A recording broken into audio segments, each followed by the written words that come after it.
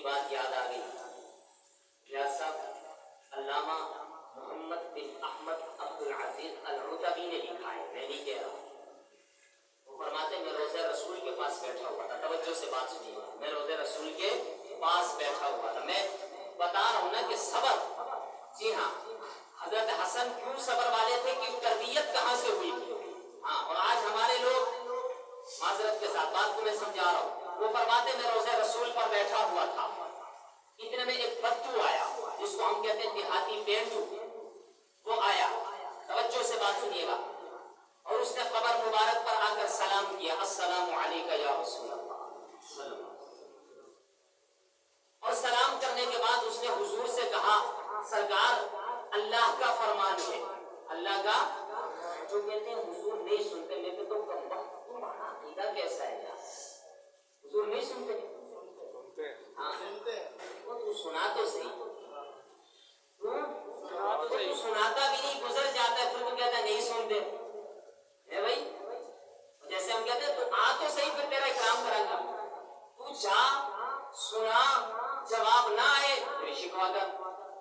جی ہاں, کہے گا حضور اللہ کا فرمان ہے, سورۃ النساء پارہ نمبر 5 آیت نمبر 64, وَلَوْ أَنَّهُمْ إِذْ ظَلَمُوا أَنفُسَهُمْ جَاءُوكَ, حضور ان سے کہہ دیجئے کہ جب تم اپنی جانوں پر ظلم کر لو, یعنی گناہ اتنے ہو جائیں کہ وہ زمین و آسمان میں سمو نہ سکے.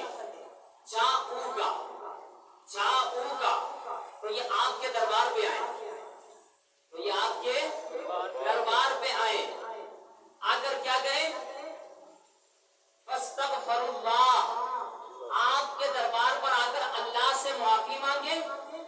واستغفر لهم الرسول, اور رسول بھی ان کی سفارش کرے. لوجد اللہ توابا رحیما, تو یہ اللہ کو بہت توبہ قبول کرنے والا اور مہربان پائیں گے. بات تو سمجھیے گا. لوگ کہتے ہیں حضور کا وسیلہ نہ دو, اور میں کہتا ہوں خدا کہہ رہا ہے ان کا وسیلہ دو.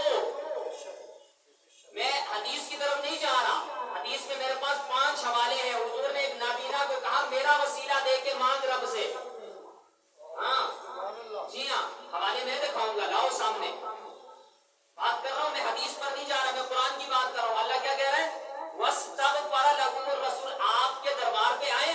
قرآن مجید اٹھاؤ, سورۃ النساء آیت نمبر 64 پارہ 5, عقیدہ سمجھا رہا ہوں, ادھر ادھر کی بات نہیں کر رہا. اللہ کیا کہہ رہے ہیں, آپ کے دربار پہ یہ آئے, اللہ سے معافی مانگے. وسیلہ کس کا دیں, آپ کا, آپ بھی ان کی سفارش کریں.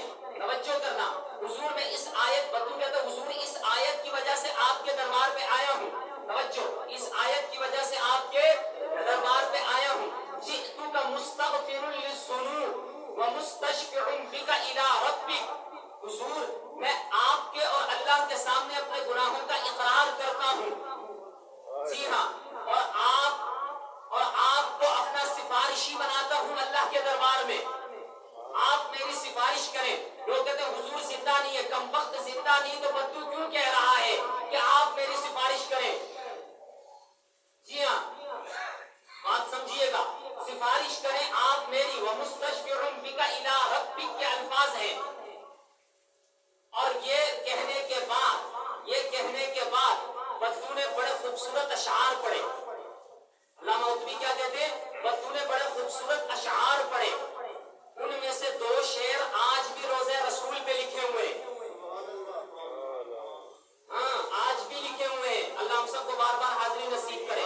وہ شعر آج بھی روضہ رسول پر لکھے ہیں. لیکن جسے تاریخ پتا ہو وہ سمجھے گا یہ کیوں لکھے ہیں. میں تاریخ سمجھا رہا ہوں آپ کو. اس نے پہلا شعر پڑھا, یا خیر من دفنت بالقاع اعظمہ, ہاں اے وہ سب سے بہترین ہستی جسے زمین میں دفن کیا گیا. فطاب من طیبہن القاع والاکم, آپ کی جسم مبارک کے پسینے کی خوشبو سے عرب کے ٹیلے اور عرب کے وادیاں سارے معطر ہو گئے. ہاں, نفس الفداء لقبر انت ساکن, پر تو کہتا ہے میری جان فدا اس قبر پہ جس میں آپ تشریف فرما.